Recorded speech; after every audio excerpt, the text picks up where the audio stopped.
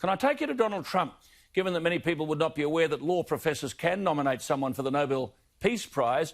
Are you and other distinguished professors, Zimmerman, Mowens and James Allen, writing to nominate Donald Trump for what he's done in the quest for world peace? Yes, we have. It is the third nomination of Donald Trump for the Nobel Peace Prize, and it is based on the Trump doctrine. The Trump doctrine is something extraordinary, as so many things that Donald Trump does. He is guided by two things which seem to be absent from so many politicians. He has, firstly, common sense, and he is only guided by a national interest and therefore, in our circumstances, an interest in the Western alliance.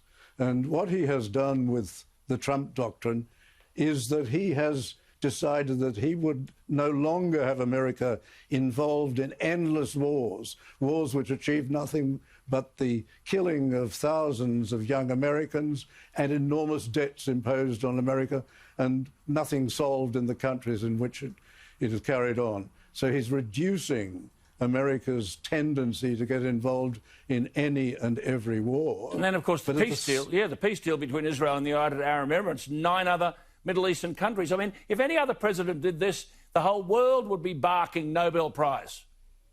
Exactly. And what he has done is he decided to negotiate that on the basis of going against expert advice. Everybody told him, oh, no, you must first get the approval of the Palestinians. Now, the Palestinians are led by a dictatorship. They're dominated by a dictatorship.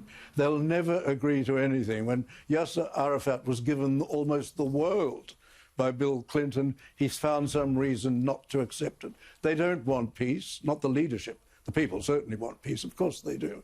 But what Trump did was he went ahead and negotiated against all advice, but he did it with common sense.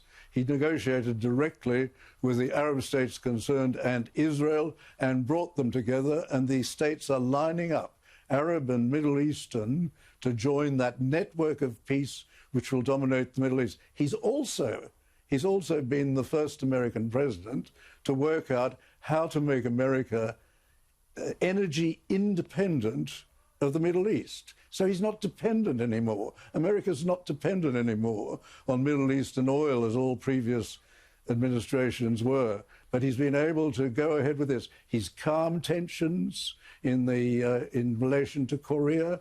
He's withdrawn from the ridiculous agreement that Obama made, which allowed the mullahs to obtain an enormous amount of money from America, including money flowed in cash to Tehran from the United States, which they invested in terrorism and which allowed them to develop nuclear weapons. He's withdrawn completely from that.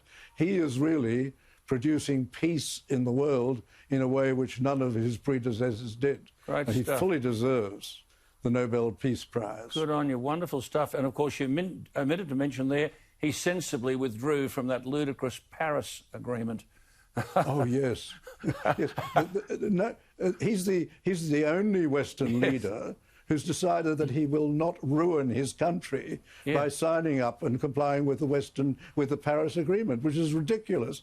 In this country, for example, it's given us the most expensive electricity in the world, whereas we should really have the cheapest. Absolutely. Because we're the biggest uranium, the biggest iron ore, the biggest coal exporters in the world. Wonderful. Wonderful to talk to you. Thank you for your scholarship. Thank you for your insights. We'll now follow as to whether Linda Dessau, the Governor of Victoria, does go by what you say, to exercise her reserve powers and withhold assent from some of that ridiculous legislation. Good to talk to you, Professor Flint. Very grateful for your time.